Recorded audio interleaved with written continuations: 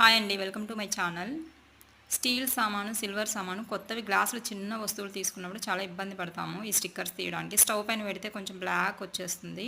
ఈ విధంగా hot water పోసి ఒక 1 మినిట్ ఉంచినారంటే స్టిక్కర్ అంతా పీల్ ఆఫ్ అయిపోతుంది. చూడండి ఎంత నీట్గా వచ్చేసిందో. సెకండ్ టిప్ వచ్చేసి సామాన్ల స్క్రబ్బరు. ఇది డైరెక్ట్గా యూజ్ చేసినామంటే త్వరగా ఓపెన్ అయిపోతుంది. అందుకే ఈ విధంగా నేను మిషన్తో స్టిచ్ చేసుకుంటున్నాను. నాకు మిషన్ ఉంది కాబట్టి. మిషన్ లేని వాళ్ళు చేత్తో కూడా స్టిచ్ చేసుకోవచ్చు అండి. ఆ వీడియో కూడా అప్లోడ్ చేసిన నేను అంతకుముందే. థర్డ్ టిప్ వచ్చేసి ఇది డిమార్ట్లో తీసుకున్న ఫైలు అయితే ఫ్లెక్సిబుల్గా ఉందని చెప్పేసి ఈ విధంగా యూజ్ చేస్తున్నాను. ఇది ఓపెన్లో పెడుతుంటే ఈగలంతా గలీజ్ చేస్తున్నాయి.